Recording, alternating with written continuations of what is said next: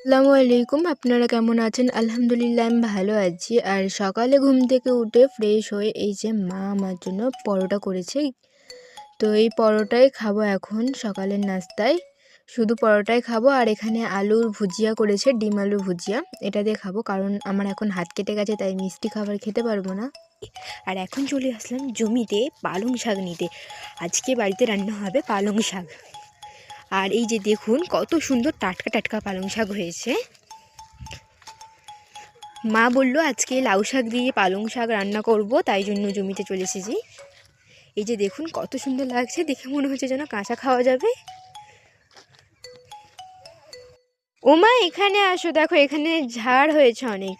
আমি তুলতে পারবো না কারণ আমার হাত কালকে সন্ধ্যাবেলায় কেটে গেছে বটিতে, তাই জন্য এই যে ব্যান্ডেজ করা হয়েছে আর অনেক ব্যথা আছে হাতে।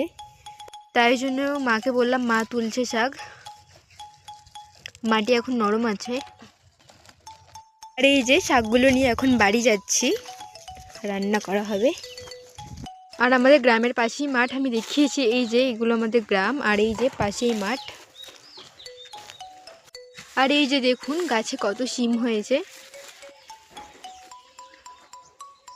এক দুদিন পেরে রান্না করে খাওয়াও হয়েছে। আর এই যে এখানে গাছে বেগুন হয়েছে, গোল বেগুন।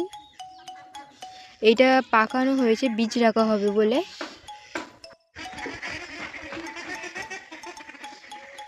এই যে দেখুন এই বটির ডগটাই আমার হাতে গেঁথে গেছে।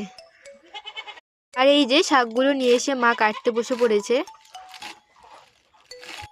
যে বেগুনটা শিকের মধ্যে ভরা হলো, এটা এখন উনুনে পোড়ানো হবে কারণ এটা ভর্তা করা হবে। তো ভিডিওটা এই পর্যন্তই। ভালো লাগলে লাইক কমেন্ট সাবস্ক্রাইব করে পাশে থাকবেন। আল্লাহ হাফিজ।